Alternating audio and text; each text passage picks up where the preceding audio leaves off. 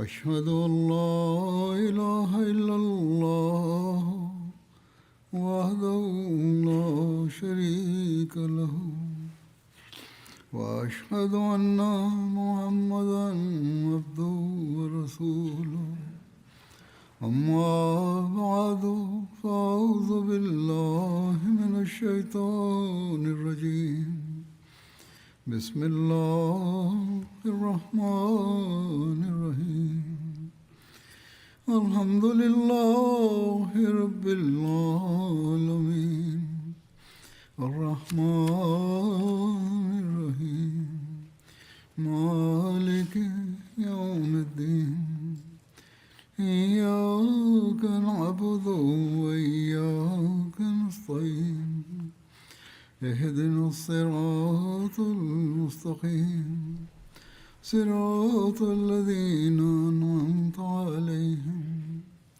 غير المغضوب عليهم ولا الضالين.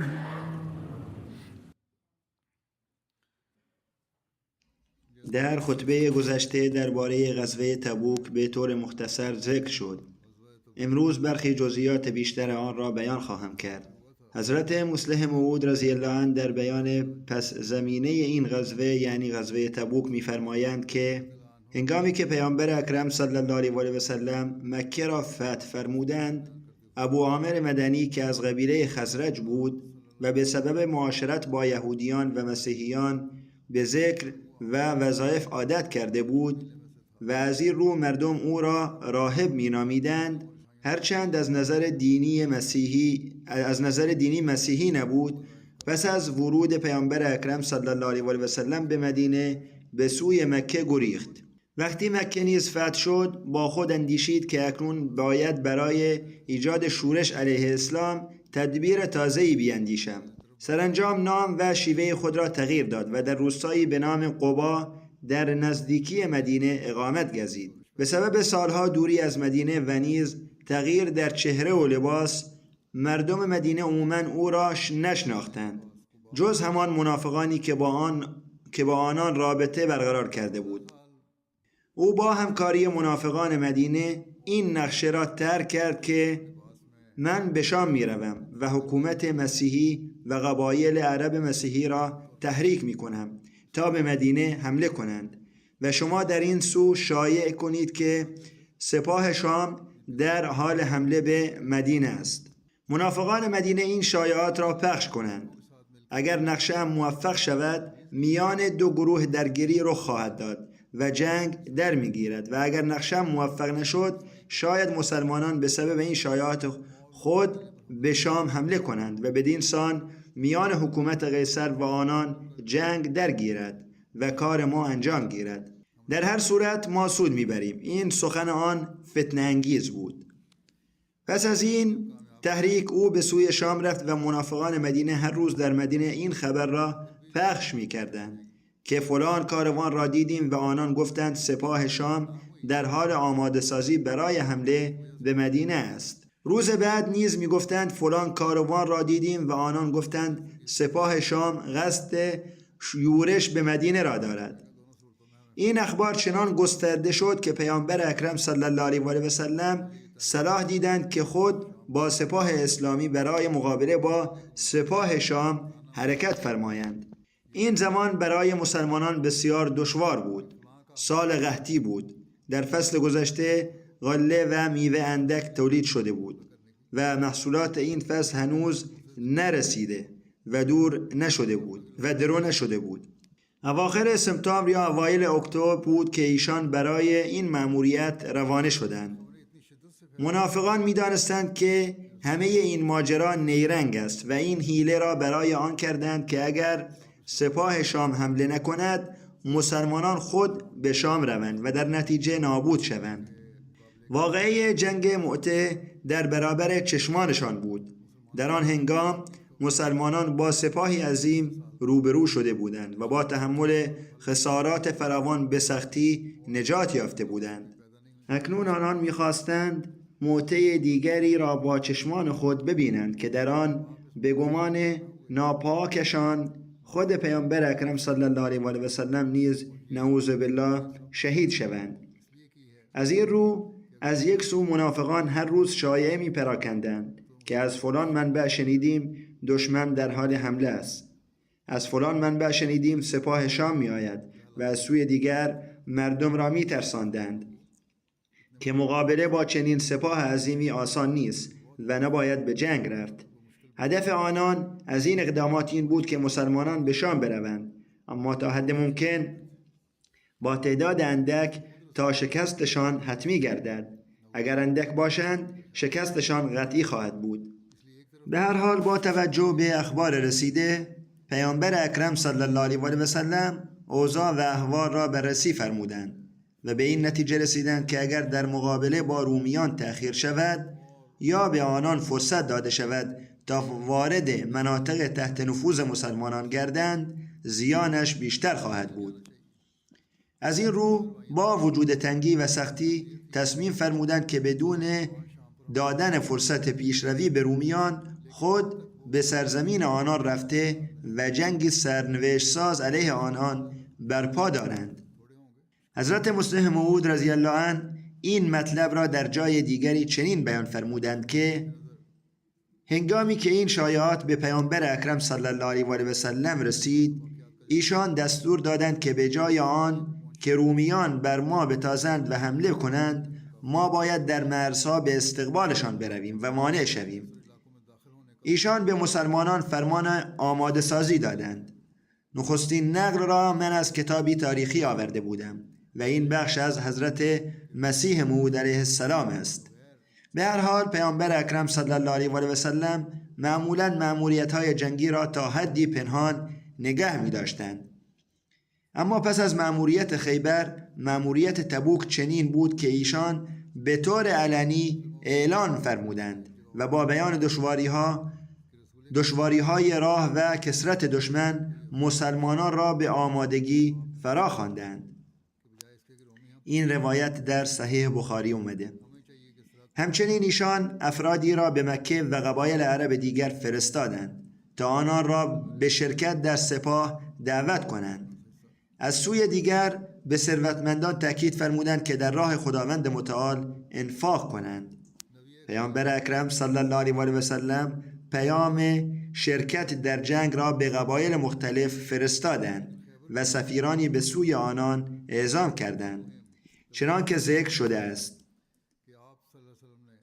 حضرت برید بن اسید را به سوی قبیله بنو اسلام، حضرت ابو رحم غفاری را به سوی قوم خود بنو غفار، حضرت ابو واقد لیثی را به سوی قوم خود لیث، حضرت ابو جعد زمری را به سوی قومش، حضرت رافع بن مغیث را به سوی جهینه، همچنین حضرت نعیم بن مسعود را به سوی اشجع و بدیل بن ورقه، عمرو بن سالم و بصر بن سفیان را به سوی بنو کعب و بنو عمرو و نیز عباس بن مرداس را به سوی بنو سلیم روانه کردند. در آن زمان در مدینه فضای شدیدی از ترس و اضطراب حاکم بود، زیرا دشمن نیرومند ممکن بود هر لحظه حمله کند. چنانکه طبق روایاتی از بخاری، حضرت عمر رضی الله عنه بیان می کنند که ما در میان خود می گفتیم یکی از پادشاهان غسانی برای جنگ با ما اسبان خود را نعل کرده است، یعنی کاملا آماده شده است. و در روایت دیگری از بخاری نیز حضرت عمر رضی الله عنه می فرمایند ما از یکی از پادشاهان غسانی بیمناک بودیم، به ما گفته شد که او در حال آماده سازی برای حمله به ماست. در چنین فضای سینه های ما از ترس پر شده بود. با این حال در کنار این ترس و اضطراب جلوه های ایمان آفرین، آمادگی و فداکاری مالی صحابه نیز دیده می شد. در تفصیل آمده است که در کنار این بیم و هراس مدینه با قحطی سختی روبرو بود و محصولات و میوه ها در آستانه رسیدن بود. در این قحطی مردم در اندیشه جمع‌آوری محصولات خود بودند که اعلام جهاد صادر شد. سپس گرمای شدید تابستان و سفر صدها مایلی و تنگی زاد و توشه نیز بران افزوده بود. با وجود همه این مشکلات هنگامی که از سوی پیامبر اکرم صلی الله علیه و آله و سلم فرمان جهاد صادر شد، یاران مخلص و فداکار که مظهر اخلاص و وفا بودند، محصولات رسیده و میوه‌های آماده خود را رها کرده و به آماده سازی برای سفر پرداختند.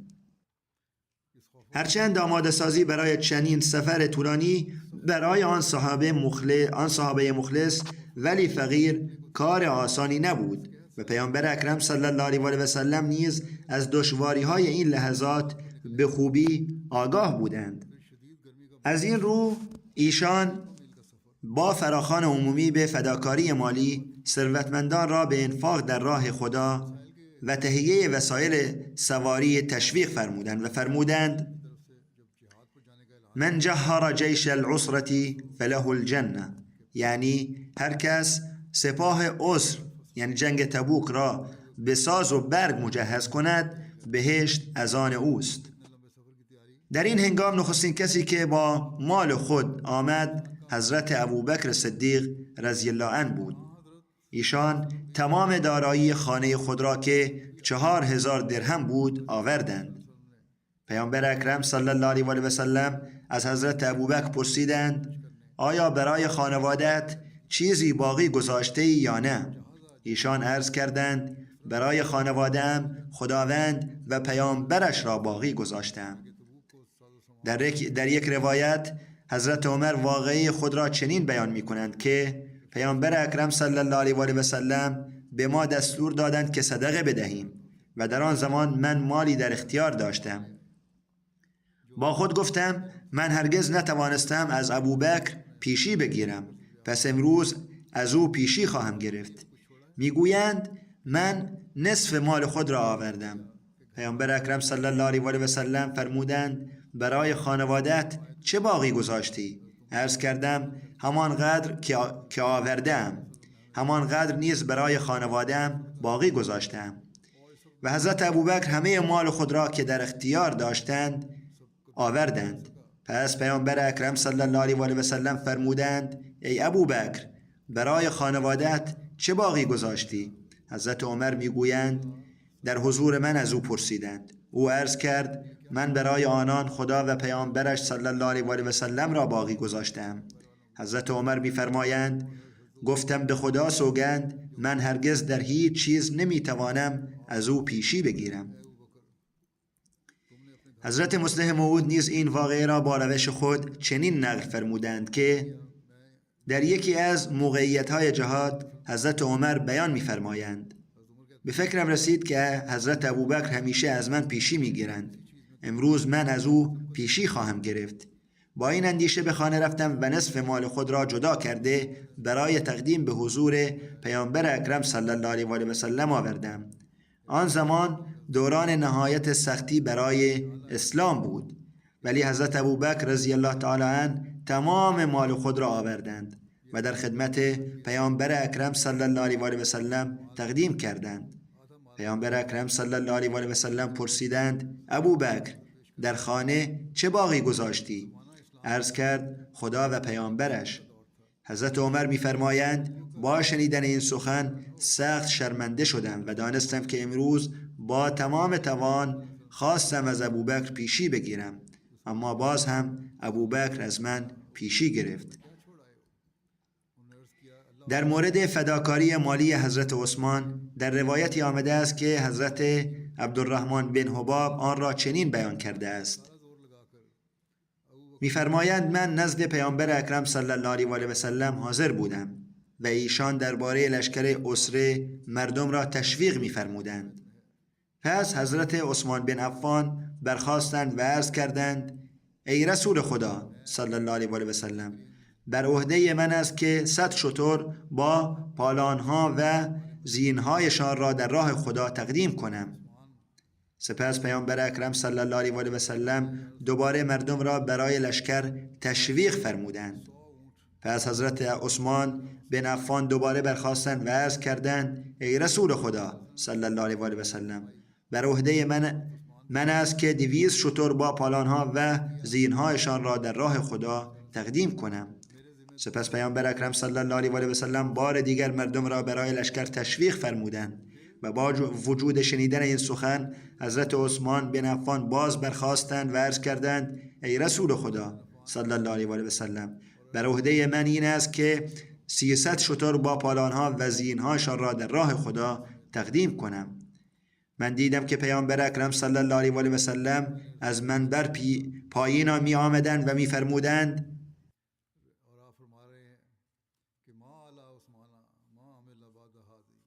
یعنی بر عثمان هیچ مؤاخذه‌ای نیست در آنچه پس از این انجام دهد. بر عثمان هیچ مؤاخذه‌ای نیست در آنچه پس از این انجام دهد. در روایت دیگری آمده است که حضرت عبدالرحمن بن سمره بیان کردند که حضرت عثمان 1000 دینار در خدمت پیامبر اکرم صلی الله علیه و آله و سلم تقدیم کردند هنگامی که ایشان لشکر اسره را آماده می کردند و آن دینارها را در دامان پیامبر اکرم صلی الله علیه و آله و سلم گذاشتند. حضرت عبدالرحمن میگویند دیدم که پیامبر اکرم صلی الله علیه و آله و سلم آن دینارها را در دامان خود برمیگرداندند و میفرمودند ما ضر عثمان ما عمل بعد اليوم، یعنی عثمان را هیچ زیانی نخواهد رسید از آن چه پس از امروز انجام دهد. این جمله را 2 بار فرمودند. طبق روایت دیگر حضرت عثمان در آن موقع 10,000 دینار دادند. پس پیامبر اکرم صلی الله علیه و آله و سلم برای حضرت عثمان چنین دعا فرمودند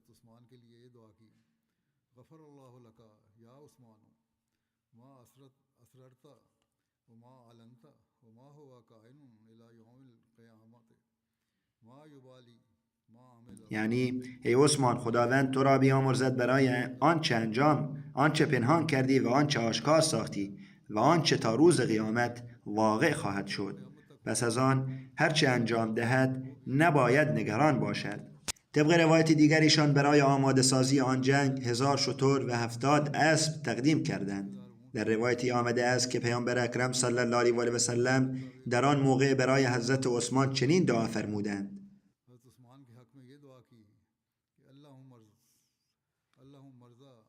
یعنی ای خدا از عثمان خوشنود شو زیرا من از او خوشنود هستم. ابن اسحاق روایت می کند که حضرت عثمان در غزوه تبوک چنان مالی خرج کردند که هیچ صحابی دیگری به آن اندازه خرج نکرد. کاروان تجاری حضرت عثمان از سرزمین شام با سود فراوان بازگشت. پس ایشان هزینه 1/3 کل سپاه را بر عهده گرفتند و گفتند من هزینه 1/3 سپاه را می پردازم. ایشان برای بیش از 10,000 نفر از سپاه تدارکات فراهم کردند و حتی دقت کردند که برای هر سرباز 1 تسمه نیز از مال خودشان پرداخت شود، یعنی کوچکترین چیز نیز از مال ایشان بود. در این راه 10,000 دینار خرج کردند که جدا از شتران و اسبان بود. علاوه بر آن 1000 شتر، 100 اسب و دیگر لوازم همراه با 1000 دینار نیز در خدمت پیامبر اکرم صلی الله علیه و آله و سلم تقدیم کردند. این 1000 دینار جدا از آن 10,000 دیناری بود که برای آماده سازی 10,000 سرباز خرج کرده بودند. در آن موقع حضرت عبدالرحمن بن عوف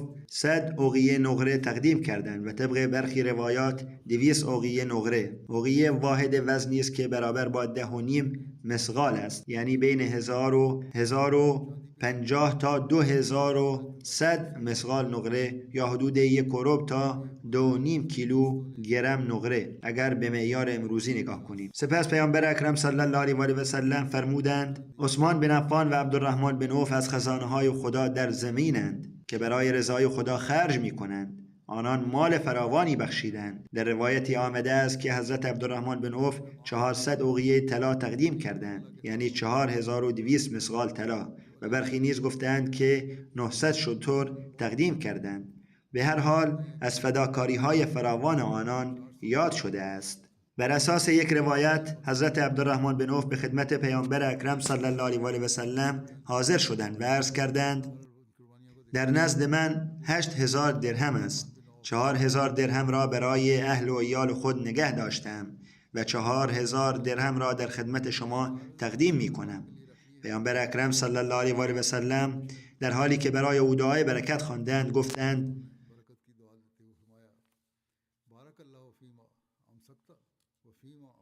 یعنی خداوند در مالی که برای خود خانواده‌ات نگه داشتی و در آنچه در راه خدا داده ای برکت دهد. حضرت عاصم بن عدی 70 وسق خرما تقدیم کردند. 1 وسق برابر با 60 صاع است و 1 صاع تقریبا 3 کیلو می باشد. یعنی در مجموع حدود 12600 کیلوگرم خرما می شود. در میان کسانی که اموال خود را به حضور پیامبر اکرم صلی الله علیه و سلم آوردند نامهای حضرت عباس بن عبدالمطلب، حضرت طلحه بن عبیدالله، حضرت سعد بن عباده و حضرت محمد بن مسلمه نیز دیده می شود. اینان همه در فداکاری های بزرگ پیش قدم بودند. حضرت مسیح موعود علیه السلام می فرمایند زمانی بود که مردم در راه دین الهی جانهای خود را همچون گوسفند و بز قربانی می کردند، چه رسد به مال. حضرت ابوبکر صدیق رضی الله عنه بیش از یک بار تمام دارایی خود را فدا کردند تا آنجا که حتی سوزنی در خانه باقی نگذاشتند. همچنین حضرت عمر به اندازه وسعت و توان خود و حضرت عثمان به قدر قدرت و حیثیت مالی خود و به همین قیاس سایر صحابه هر یک به اندازه مرتبه خیش آماده شدند تا جان و مال خود را در راه این دین الهی قربان کنند. سپس ایشان می‌فرمودند که خداوند متعال می‌فرمایند یعنی تا زمانی که از چیزهای محبوب خود در راه خداوند جل شأنه انفاق نکنید به نیکی دست نخواهید یافت.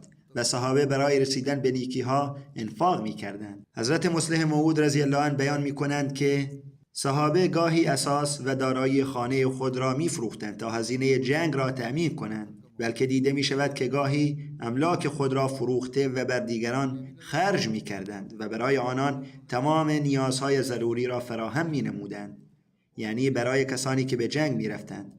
چنانکه روزی پیامبر اکرم صلی الله علیه و سلم بیرون آمدند و فرمودند سپاه ما برای سفری آماده می شود ولی مؤمنان چیزی در اختیار ندارند. آیا کسی از شما هست که ثواب به دست آورد؟ حضرت عثمان به محض شنیدن این سخن برخاستند و اندوخته خود را بیرون آورده و آن را برای هزینه مسلمانان به خدمت پیامبر اکرم صلی الله علیه و سلم تقدیم کردند. پیامبر اکرم صلی الله علیه و سلم وقتی این را دیدند فرمودند عثمان بهشت را خرید. حضرت خلیفة المسیح الثالث رحمه الله نیز در یکی از خطبه‌های خود در ضمن بیان فداکاری‌های مالی این واقعه را چنین بیان فرمودند که در یک موقع برای آمادگی جنگ نیاز شدیدی به اموال بود و در آن روزها نیز تنگی مالی وجود داشت. دنیا چنین است که گاهی روزهای فراخی و گاهی روزهای تنگی. در آن موقع نیز ایام تنگی بود و نیاز جنگی وجود داشت. پیامبر اکرم صلی الله علیه و سلم نیاز واقعی را در برابر صحابه گذاشتند و آنها را به انجام فداکاری مالی تشویق فرمودند. نتیجه این شد که حضرت ابوبکر صدیق رضی الله عنه تمام مال خود را آوردند، حضرت عمر نصف مال خود را آوردند و حضرت عثمان عرض کردند که پیشنهاد مرا بپذیرید که هزینه کامل 10,000 صحابه را بر عهده میگیرم و علاوه بر آن 1000 شتر و 70 اسب نیز تقدیم کردند. به همین ترتیب تمام صحابه مخلص هر یک به اندازه توان و ظرفیت خود فداکاری های مالی کردند و خداوند متعال بهترین نتایج را از آن پدید آورد. فضل بزرگ خداوند متعال است که اعضای جماعت احمدیه این حقیقت را درک می کنند که فداکاری مالی چه اهمیتی دارد. من اغلب در وقایع بیان می کنم که برخی واقعا هر چه دارند قربان می کنند. ثروتمندان و صاحبان حیثیت نیز باید الگوی حضرت ابوبکر، حضرت عمر و حضرت عثمان را در برابر خود قرار دهند و سپس سطح فداکاری خود را بالا ببرند. فقیران و طبقه متوسط در حال انجام فداکاری خود هستند. به فضل خداوند بسیاری از ثروتمندان نیز هستند که فداکاری‌های زیادی انجام می‌دهند. آنان که ضعیف‌ترند نیز باید برای نشر دین پیش قدم شوند. در این زمان نیز برای آنان این فرصت وجود دارد که فداکاری کنند. صحابه تا آنجا که در توان داشتند فداکاری‌ها می‌کردند و برای سپاهیان فقیر و ناتوان مرکب‌ها و شمشیرها و دیگر ابزار جنگی فراهم می‌نمودند. برخی از صحابه یا صحابیات فقیر وقتی 1 یا 2 مد غله تقدیم می‌کردند دلشان پر می‌شد که ای کاش بیشتر داشتند تا آن را نیز تقدیم می‌کردند. ولی منافقان بر آنان می‌خندیدند و می‌گفتند آیا این مژدان‌ها قیصر را شکست خواهند داد؟ مد پیمانه کوچکی است به اندازه چند مشت. درباره تمسخر منافقان خداوند متعال می‌فرماید: اللہ تعالیٰ فرماتا ہے کہ الذین یلمزون المطوعین من المؤمنین فی الصدقات والذین لا یجدون الا جهدهم فیسخرون منهم سخر الله منهم.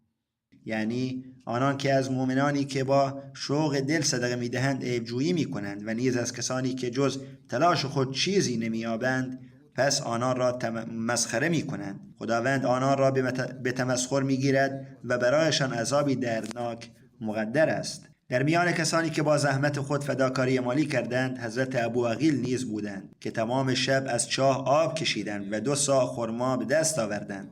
1 صاع تقریباً 2.5 کیلوست، یعنی در مجموع 5 کیلو خرما به دست آوردند. از این 1 صاع را برای خانواده خود نگه داشتند و 1 صاع خرما را به خدمت پیامبر اکرم صلی الله علیه و سلم آوردند. این همان فداکاری بود که از دستشان برمی آمد. حضرت مصلح موعود رضی الله عنه در جایی بیان فرمودند که پیامبر اکرم صلی الله علیه و سلم روزی برای جمع‌آوری اعانه فراخوان دادند. یکی از صحابه رفت و کاری کرد، شاید از چاه آب کشید و در عوض 0.5 کیلو یا 1/3 کیلو غله گرفت که آن را آورد و در اعانه پرداخت. در آن زمان هزاران روپیه نیاز بود. منافقان می‌خندیدند و می‌گفتند آیا این آمادگی جنگ است؟ این واقعه مربوط به جنگ تبوک است که در برابر رومیان بود و حکومت روم در آن زمان همانند حکومت انگلیس در روزگار حضرت مصلح موعود رضی الله عنه بود، زیرا در آن زمان انگلیسی ها بر دنیا حکومت می کردند و برای جنگ با چنین حکومت بزرگی آن صحابی چند مشت جو آورد. منافقان بر او می خندیدند، ولی وقتی پیامبر اکرم صلی الله علیه و سلم از آن آگاه شدند فرمودند آنان چه می دانند که در نظر خداوند این جو چه ارزشی دارد؟ همین جو بود که به وسیله آن مسلمانان پیروز شدند و رومیان شکست خوردند و نه تنها رومیان بلکه ایرانیان نیز که حکومتشان هم پایه حکومت روم بود به دست مسلمانان شکست خوردند. همچنین از یک صحابی دیگر واقعی عجیب نقل شده است، چنان که بیان شده است که در یک جنگ برای آمادگی صحابه مخلص هر یک به نوعی در تلاش بودند تا در این فراخوان برای آمادگی سفر و فداکاری مالی شرکت کنند. اصحاب ثروتمند مال و دارایی خود را تقدیم می کردند و صحابه فقیر و نادار با کار و مزدوری همان اجرت اندک را که به دست می آوردند تقدیم می نمودند. در این شرایط از صحابی به نام حضرت عروه بن زید یاد شده است که برای کسب رضای خداوند متعال روشی معصومانه و بی‌نظیر در پیش گرفتند که از همه مخلصتر و متفاوتتر بود. او نیز فقیر و مخلص بود، چیزی برای تقدیم نداشت و توان شرکت در جهاد را نیز نداشت. پس شبی برای نماز برخاست و در حالی که گریه‌وزاری می‌کرد عرض کرد ای خدا، تو به جهاد فرمان داده ای و به آن ترغیب فرموده ای، ولی من چیزی ندارم و پیامبر صلی الله علیه و سلم نیز آنقدر ساز و برگ ندارد که به من عطا کند تا بروم و بجنگم و پیامبرت به فداکاری مالی فراخوان داده است و من در آن نیز نمیتوانم شرکت کنم. اما من هر ظلم و ستمی را که بر جان و مال و آبروی من روا داشته شده است میبخشم و همان را صدقه‌ای برای مسلمانان قرار میدهم. وقتی صبح شد همراه دیگر صحابه به خدمت پیامبر اکرم صلی الله علیه و سلم حاضر شد. پیامبر اکرم صلی الله علیه و سلم فرمودند کجاست آن که امشب آبروی خود را صدقه کرد؟ کسی برنخواست. دوباره فرمودند ولی باز کسی برنخواست. سرانجام حضرت عروه برخاست و تمام ماجرا را عرض کرد. پیامبر اکرم صلی الله علیه و سلم فرمودند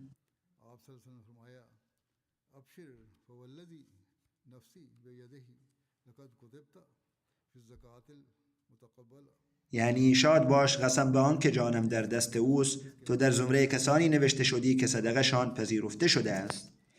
چه اخلاص زیبا و چه روحیه‌ای از فداکاری بود و خداوند متعال که از احوال دلها آگاه است و به همه حالات علم دارد این اخلاص او را پذیرفت و پیامبر اکرم صلی الله علیه و سلم را از آن آگاه ساخت. زنان نیز در این موقع از مردان عقب نماندند. آنان برای آماده سازی این جنگ زیورالات خود را تقدیم کردند، چنانکه حضرت ام سنان اسلمیه روایت می کنند: من در خانه حضرت عایشه دیدم که در برابر پیامبر اکرم صلی الله علیه و سلم پارچه‌ای گسترده شده بود که برای آن عطر بازوبند، دستبند، سنجاق، انگشتر و پابندهایی قرار داشت که همه آنها را زنان برای آماده سازی مسلمانان جهت جهاد داده بودند. به هر حال از یک سو حال مخلصان و مؤمنان چنین بود و از سوی دیگر در همین موقع منافقان نیز تمام توان خود را به کار گرفته بودند و از جهتی این کار این آخرین نیرنگ و دسیسه آنان بود و منافقان به پیروزی خود یقین کامل داشتند. آنان بر این باور بودند که مسلمانان در این سفر طولانی به سوی شام رهسپار خواهند شد و بر این یقین شیطانی نیز استوار بودند که نعوذ بالله پیامبر اکرم صلی الله علیه و سلم دیگر به مدینه باز نخواهند گشت. از این رو تمام کوشش آنان این بود که مسلمانان تا حد امکان کمتر با ایشان صلی الله علیه و سلم بیرون روند و به گمان آنان هرچه تعداد مسلمانان در لشکر کمتر باشد لشکر کوچکتر خواهد بود و شکست و نابودی آن حتمی خواهد شد. از این جهت آنان دشواری‌های موجود و سختی‌های سفر را بزرگ نمایی کردند و مسلمانان را به ترس انداختند. با بهانه‌های گوناگون آنان را وسوسه می‌کردند که در جنگ شرکت نکنند، مانند این که هوا بسیار گرم است، سفر بسیار طولانی است، وسایل سفر اندک است. چون بیشتر مردم مدینه کشاورز بودند، محصولاتشان آماده برداشت بود و آن محصولات در زمان قحطی رسیده بود. سپس منافقان در مدینه در میان مسلمانان میگشتند و میگفتند: شما نمیدانید که اکنون با چه سپاهی روبرو خواهید شد؟ آنان بسیار سختگیر و جنگجو هستند. جنگ با آنان کار آسانی نیست. ما میبینیم که یا همه شما کشته خواهید شد یا اسیر آنان خواهید گشت. این سخنان منافقان بود. هرچند این تبلیغات منافقان بر مؤمنان مخلص و با ایمان تأثیری نداشت، ولی دل برخی از ضعیف الایمانان چنان ترسید که برای نرفتن به جنگ بهانه‌ها و عذرهای گوناگون آوردند. البته بیشتر این عذر آورندگان از منافقان بودند. قرآن کریم تبلیغات و بهانه جویی منافقان و عقب ماندن آنان را چنین بیان می کنند: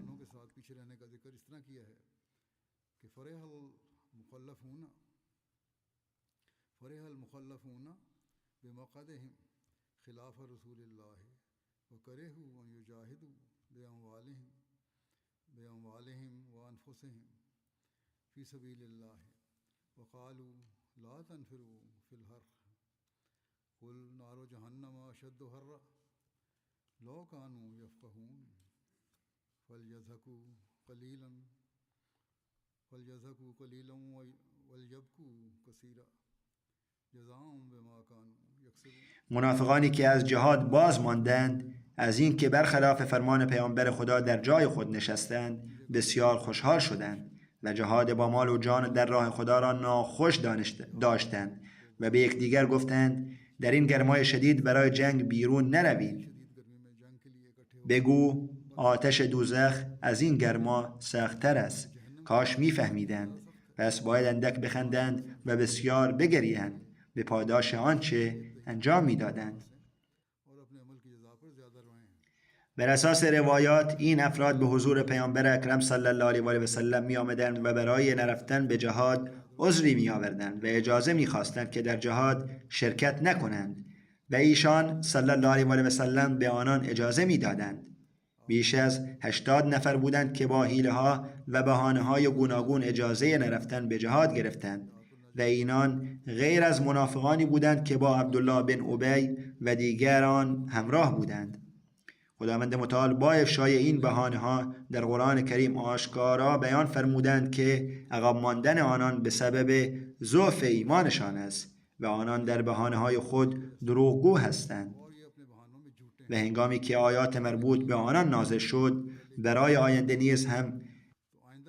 آینده نیز به همه هشدار داده شد که هرگاه از سوی امام ندایی یا دعوتی بلند شود چگونه باید لبیک گفت باید پیش رفت و به هر صورت ممکن برای شرکت در آن آماده شد، چنانکه خداوند جل شأنه می‌فرماید: जल शानहू फरमाता है लो काना अरदन करीबम वसफरन कासिदम ला लतबऊका वलाकिन बाउदत अलैहिमुल शुक्कत वसयालिफूना बिल्लाहि लबिस्ततआना लखरजना माअकुम युहलिकूना अनफुसहुम वल्लाहु यालमु इन्नहुम लकाज़िबून अफ़ल्लाहु अन्का लिमा अज़िनत लहुम हत्ता यतबय्यन लकल लज़ीना सदक़ू व तअलमल काज़िबीन ला यस्ताज़िनुकल लज़ीना युमिनून बिल्लाहि वल यौमिल आखिर इन युजाहिदू बिअमवालिहिम व अनफुसिहिम वल्लाहु अलीमुम बिल मुत्तक़ीन इन्नमा यस्ताज़िनुकल लज़ीना ला युमिनून बिल्लाहि वल यौमिल आखिर वरताबत कुलूबुहुम फहुम फी रैबिहिम यतरद्ददून वलौ अरादुल खुरूज लअअद्दू लहू उद्दतम वलाकिन करहल्लाहुम बिआसहुम वसब्बतहुम वक़ील क़ुदू माअल क़ाइदीन लो खरजू फ़ीकुम मा ज़ादूकुम इल्ला ख़बालन वला औज़ऊ ख़िलालकुम यबग़ूनकुमुल फ़ितना व फ़ीकुम समाऊन लहुम वल्लाहु अलीमुम बिज़्ज़ालिमीन लक़द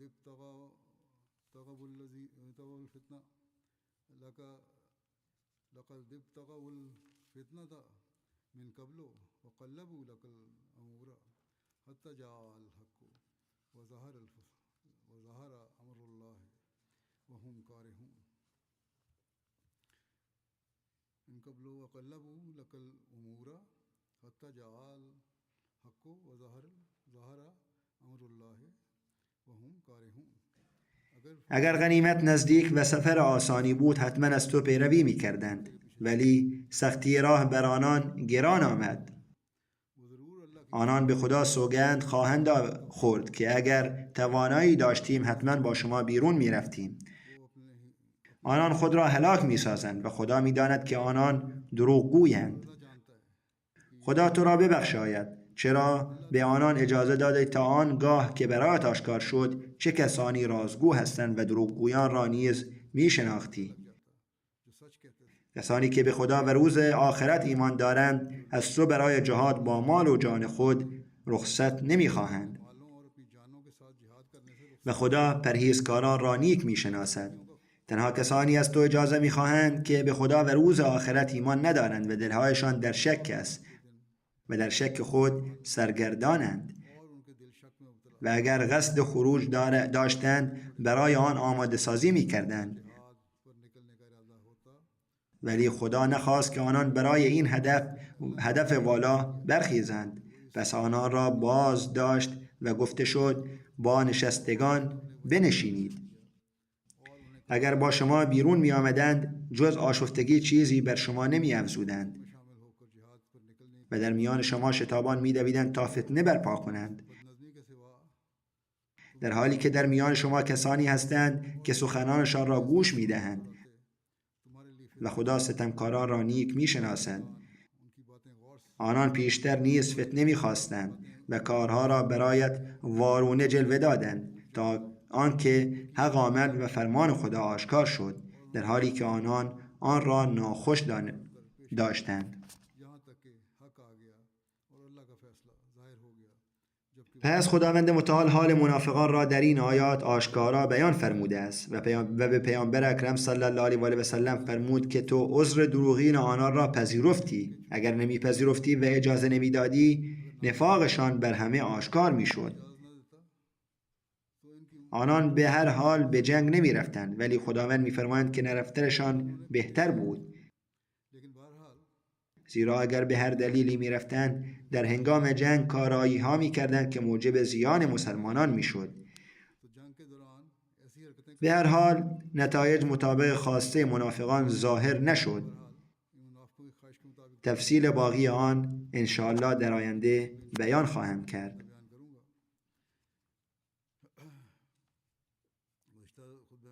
در خطبه گذشته یاد کردم از حمله به مسجد ربوه. برای احمدیانی که در این حادثه زخمی شدند مخصوصا خدام دعا کنید که خداوند به همه شفای کامل عطا فرماید و آنان را از هر گونه پیچیدگی محفوظ دارد. گاه پس از چنین حوادثی آثار آن بعدا نیز ظاهر می شود. در حال حاضر 3 خدام هستند که جراحتشان شدیدتر است و هنوز در بیمارستان بستری اند و 5 نفر دیگر پس از درمان به خانه بازگشتند، ولی درمان زخمهایشان هنوز زمان میبرد تا بهبود یابد. خداوند متعال به همه آنان شفای کامل عطا فرماید و در آینده همه افراد جماعت را در هر جا از هر شر و هر زیان محفوظ دارد. بعد از نماز من یک نماز جنازه غایب خواهم خواند. این نماز برای جناب سام علی نینا از جزایر مارشال است. ایشان در روزهای اخیر در ایالت کالیفرنیا آمریکا در سن 83 سالگی وفات یافتند. انا لله و انا الیه راجعون. نخستین آشنایی ایشان با اسلام به واسطه تبلیغ جناب حافظ جبرئیل سعید که از مربیان سلسله ما بودند در دهه 1980 میلادی حاصل شد و در همان زمان اسلام را پذیرفتند و احمدیه را قبول کردند. مخالفت‌های بسیاری با ایشان شد، اما با استقامت فراوان بر ایمان خود ثابت قدم ماندند. زمانی که یکی از سناتوران در پارلمان اسلام را دینی غیرقانونی و مرتبط با تروریسم معرفی کرد، ایشان با شجاعت تمام در روزنامه‌های محلی پیامی منتشر کردند که ما احمدی مسلمان هستیم و هیچ ارتباطی با تروریسم نداریم. این بیانیه شجاعان ایشان موجب تقویت جماعت شد. آن سناتور تلاش کرد قانونی را تصویب کند، اما به واسطه کوشش‌های جناب سام موفق نشد. ایشان در جامعه محلی به عنوان شخصیتی با نفوذ شناخته می شدند. جناب فلاح الدین شمس نایب امیر آمریکا می گویند من 5 سال توفیق خدمت در جزایر مارشال را یافتم. به آنجا رفتم زیرا این جزیره تحت مسئولیت آمریکا بود. جناب سام به واسطه جناب حافظ جبرئیل احمدی شدند. در آغاز تنها 4 یا 5 خانواده احمدی بودند و جماعت بسیار کوچک بود و حتی ثبت شده هم نبود، اما به واسطه تلاش‌های فراوان حافظ صاحب و کوشش‌های ایشان جماعت در آنجا به ثبت رسید. پس از بازگشت جناب حافظ مدت طولانی هیچ مربی در آنجا نبود و در این مدت خود جناب سام تا زمان وفاتشان جماعت را اداره کردند و تبلیغ نیز می نمودند و هرگز اجازه ندادند نام جماعت کمرنگ شود. با گرمی و محبت فراوان در کارهای جماعتی همکاری می کردند. هرگاه هیئتی از مرکز به آنجا می رفت ایشان یاری می کردند و همیشه با پیشقدمی کار می کردند و نتایج ثمربخش به دست می آوردند. در تأسیس جماعت در جزایر مارشال ایشان مقام نخست را دارند. بیشتر تازه بیعت کنندگان به واسطه کوشش‌های ایشان احمدی مسلمان شدند. ایشان رئیس جماعت جزایر مارشال نیز بودند. جناب شمس میگویند زمانی که برای تأسیس مرکز تبلیغ در کوسرای رفتم جناب سام نیز کمک کردند. چند تن از دوستان ایشان نیز شامل جماعت شدند و به فضل خداوند متعال در آنجا خانه میشن خریداری و بنایی ساخته شد. در غریباتی نیز به واسطه ایشان در تأسیس میشن کمک شد. همچنین در مکان دیگری نیز به واسطه ایشان تأسیس مرکز تبلیغی جماعت ممکن گردید. میگوید یک بار از آقای سام پرسیدم چه علتی دارد که خداوند به شما توفیق داده است تا در 3 جزیره در تأسیس جماعت نقش مرکزی ایفا کنید. ایشان با نهایت فروتنی گفتند این همه از احسانهای خداوند متعال است. من هیچ کمالی از خود ندارم. جناب قاسم چودری مربی سلسله در جزایر مارشال میگویند با وجود موانع ایشان بر ایمان خود ثابت ماندند و همراه با همسرشان قربانی هایی کردند. به واسطه قربانی همسرشان زمینی وقف شد. همسر ایشان قطعه زمینی از خود بخشید که امروز نخستین مسجد در جزایر مارشال بر روی همان زمین بنا شده است. ایشان در سخنان خود ماجرای پذیرش اسلامشان را چنین بیان می کنند. می گویند در سال 1987 من و همسرم مری در هتلی در جزیره لانگ آیلند اقامت داشتیم. یک صبح از اتاق بیرون آمدیم و مردی بلندقد از نژاد آفریقایی را دیدیم. من سلام کردم، او نیز سلام کرد و آشنایی حاصل شد. معلوم شد که او جناب حافظ جبرئیل سعید است، نخستین مبلغ در میکرونزیا. دیدارها ادامه یافت و روابط نزدیکتر شد. جناب حافظ به ما تبلیغ اسلام کردند و آیات کتاب مقدس را نشان دادند و توضیح دادند که در انجیل پس از حضرت عیسی علیه السلام بشارت آمدن پیامبری داده شده است. من تعجب کردم که این تنها یک آیه نیست بلکه چندین آیه است. حتی در عهد جدید حضرت عیسی علیه السلام خود می‌فرمایند من باید بروم و او کسی را پس از من خواهد فرستاد و این در یوحنا اومده. میگویند این حقایقی بود که من هرگز پیش از آن نشنیده بودم. جناب حافظ با وضوح کامل هر نکته را از کتاب مقدس بیان می‌کردند و در نهایت خداوند متعال مرا هدایت فرمود و چون حقایق را دیدم دلم به سوی اسلام مایل شد و اسلام را پذیرفتم. میگویند در همان زمان که اسلام را پذیرفتم مردم آگاه شدند و مقامات دولتی گفتند که ما هرگز اجازه نخواهیم داد اسلام در جزایر مارشال گسترش یابد. من در این باره به جناب حافظ تلفن زدم، اما ایشان در آن زمان از آنجا رفته بودند. ایشان گفتند نگران نباشید، خداوند متعال راهها را خواهد گشود. سپس خداوند متعال چنان راهی گشود که روزی در خانه نشسته بودم که شخصی از دفتر دادستان کل آمد و گفت ثبت جماعت شما تایید شده است. در حالی که بزرگان می‌خواستند مانع شوند، خداوند متعال خود اسباب تایید و تصویب ثبت جماعت را فراهم کرد و آن سند به خانه ام رسید. من فوراً نسخه ای از آن را برای جناب حافظ فرستادم. میگویند با گذشت زمان دریافتم که احمدیه از دیگر مسلمانان متمایز است و به این امر بسیار افتخار میکردم. همیشه در دلم صدایی بلند میشد که من احمدی مسلمانم و به آن افتخار دارم. میگویند 20 سال هیچ مبلغی به آنجا نیامد و من بسیار نگران بودم. جناب حافظ گفتند شما به خلیفه وقت نامه بنویسید، انشاءالله ترتیبی داده خواهد شد. سپس در سال 2004 از مرکز به من اطلاع داده شد که شخصی غریبه می آید. او را از فرودگاه تحویل بگیرید. میگویند من به فرودگاه رفتم. پس از مدتی شخصی با لبخند بیرون آمد و نام مرا پرسید. گفتم سام. او پاسخ داد نام من کوثر است. ایشان جناب انعام الحق کوثر بودند. از آن روز ما مانند دو برادر شدیم. با هم به سفر سرایه، کوسرایه و پومپئی رفتیم. یک هفته در آنجا اقامت کردیم و زمانی که جدا شدیم چنان بود که گوی سالهاست یکدیگر را می شناسیم. این برادری اسلامی بود. میگویند به فضل خداوند متعال پس از مسلمان شدن دلم آرامش یافت و روحم اطمینان پیدا کرد. نماز مرا دگرگون ساخت. همسرم نیز این تغییر را در من احساس کرد. از آن پس هرگاه به چیزی نیاز داشتم از خداوند متعال می‌خواستم و خداوند فوراً آن را برآورده می‌کرد. بارها این نصرت الهی را با چشمان خود دیدم و در هر دعا خداوند را شکر می‌کردم. نوه ایشان جولیا میگوید او مسلمانی بسیار مخلص بود که از ایمان خود آرامش و نیرو میگرفت.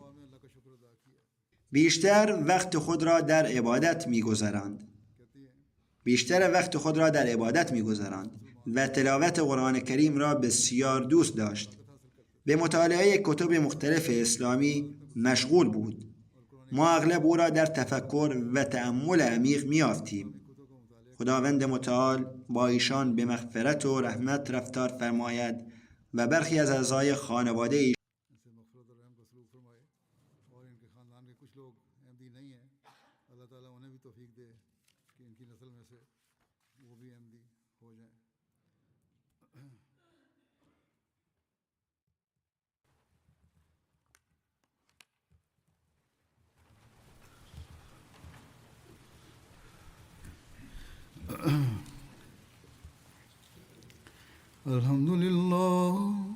الحمد لله نحمده ونستعينه ونستغفره ونؤمن به ونتوكل عليه ونعوذ بالله من شرور أنفسنا ومن سيئات أعمالنا من يهده الله فلا مضل له ومن يضلل فلا هادي له ونشهد أن لا إله إلا الله ونشهد أن محمدا عبده ورسوله عباد الله رحمكم الله إن الله يأمر بالعدل والإحسان وإيتاء ذي القربى وينهى عن الفحشاء